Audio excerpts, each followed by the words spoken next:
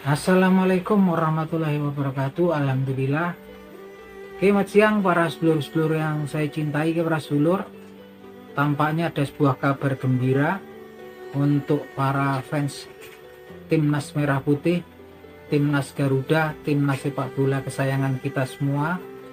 Jadi teman-teman, sempat tersiar kabar bahwasannya dua pilar Timnas kita yaitu J.I.Z dan Ivar Jenner diperkirakan tidak bisa main ya ketika timnas kita menjamu timnas Blue Samurai atau timnas Jepang di GBK Indonesia ya teman-teman. Yang jelas mereka tidak bisa memperkuat karena terkena akumulasi kartu kuning.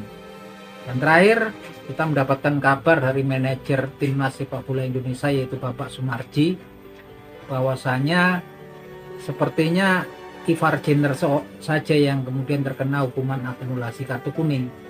Karena untuk kasus J.I.Z ini berbeda dia dengan kasus yang menimpa Ivar Jenner. Jadi J.I.Z ini kartu kuning pertama didapatkannya ketika berhadapan dengan Vietnam di kualifikasi pra Piala Dunia di ronde 2 ya teman-teman. Dan dia mendapatkan kartu kuning yang keduanya yaitu di fase ronde 3 kemarin ketika berhadapan dengan timnas China di Stadion Qingdao, Shandong, China sana. Dan menurut Bapak Sumarji, kartu kuning yang didapatkan dari kualifikasi pra Piala Dunia di ronde 2 tidak kemudian ngikut di kualifikasi Piala Dunia, nggak dihitung ya di kualifikasi Piala Dunia di ronde 3. Artinya ronde 2 sama ronde 3 itu udah dianggap beda ya teman-teman. Beda dengan kasusnya Ivar Jenner, yang Ivar Jenner dapat kartu kuningnya 2 kali di fase ketiga ya, di ronde 3 ini. Jadi kita masih bisa kemudian bernapas lega karena memang harapan kita masih ada. Sekuat apapun timnas Jepang, sehebat apapun timnas Jepang, kalau saat ini ya teman-teman, dengan sekuat yang ada saat ini kok teman-teman, ada harapan lah gitu, draw ataupun bahkan menang. Kalau dulu kita lihatnya yang dulu timnas kita sebelum timnas yang saat ini, taunya ya udah nggak menang lah, susah gitu kan, mau nonton juga sebenarnya udah perasaan fans itu udah kalah duluan. Tapi dengan timnas yang ada saat ini kita punya keyakinan, punya harapan ya teman-teman. Apalagi dalam waktu dekat ini Kevin Dijks bakar besi, pemain pilar daripada FC Copenhagen dari Liga Super Denmark, juga akan dikabarkan kemudian segera menjadi WNI dan segera join untuk bergabung menjadi punggawa timnas sepak bola Indonesia. Memang banyak kemudian para fans timnas kita bertanya-tanya, banyak juga suara sumbang mempertanyakan daripada sikap ataupun sikap PSSI yang mendatangkan, kok yang didatangkan selalu pemain bertahan, sedangkan kita di belakang tuh pemain bertahan sudah menumpuk, dan yang paling dibutuhkan lah pemain tengah, winger ataupun striker. Kita nggak tahu. Nah, ini suara-suara sumbang dari fans ini banyak. Walaupun kalau untuk saya sendiri sih saya mengerti kok. Mungkin PSSI juga udah mengusahakan, cuman memang belum dapat ya teman-teman. Karena STJ-nya sendiri kan juga kalau untuk Pak winger, masalah winger atau pemain tengah juga dia sepertinya ada standar khusus ya. Dan juga memang kemudian ada aturan-aturan dari FIFA yang memang kemudian bisa dinaturalisasi nggak sembarangan.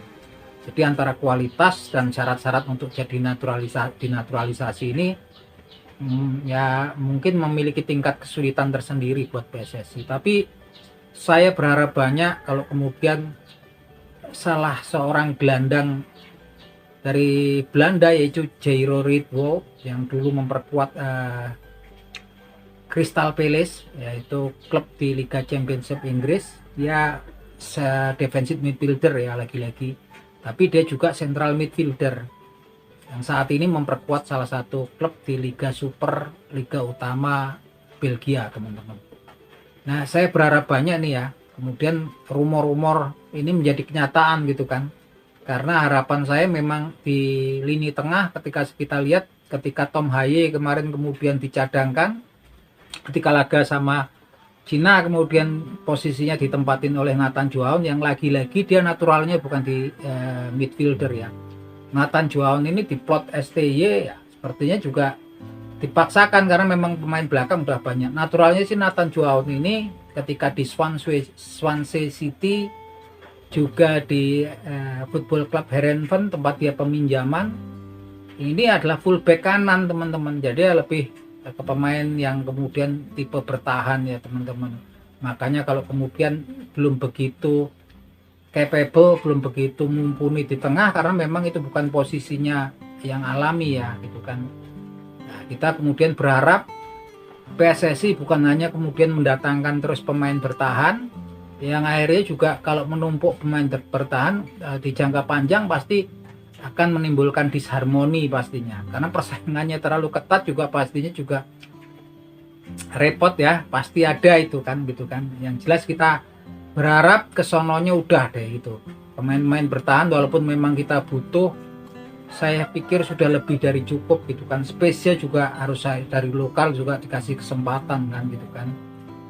Nah saatnya kemudian PSSI memang kerja keras untuk mendatangkan pemain tengah, dan saya pikir Jairo Ridwall ini memang sangat penting ya teman-teman, karena memang ketika kemarin Tom Haye diganti Nathan Juaon begitu timpang kan, rusak permainan ritme permainan tengahnya, kreator tengahnya juga nggak ada gitu kan. Sedangkan pemain-pemain dari lokal untuk midfielder saya pikir juga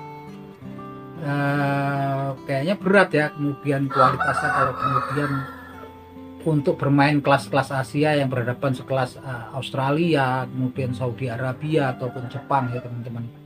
Saya pikir memang kedatangan Jairo Ridwall ini memang betul-betul diharapkan, ditunggu-tunggu oleh seluruh fans sepak bola timnas kesayangan kita, timnas Indonesia.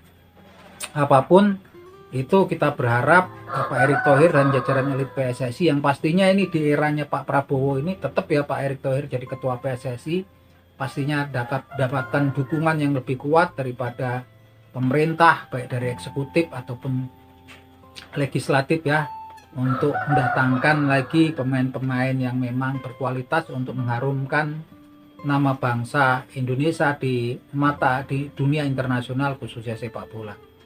Lagi-lagi itu harapan kita Jairo Ridwall ini memang betul-betul kita tunggu kehadirannya untuk mengisi space di lini tengah Indonesia yang memangnya sangat kekurangan amunisi yang betul-betul mumpuni ya teman-teman. Ini betul-betul kita berharap, dan memang kemudian harapannya ketika nanti jumpa Jepang dan Saudi Arabia, Jairo Ridwall ini sudah bisa kemudian dimainkan. Nah itu aja teman-teman harapan kita semua, semoga kita semua bisa menonton Piala Dunia nanti 2026 nanti, enggak kemudian mendukung timnas-timnas dari belahan dunia yang lain seperti Brazil, Argentina, Jerman ataupun Prancis.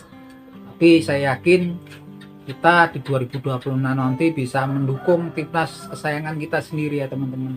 Nah itu harapan kita semua, seluruh pecandu sepak bola di tanah air. Oke, salam seduluran dari Pak Tegun Agemo.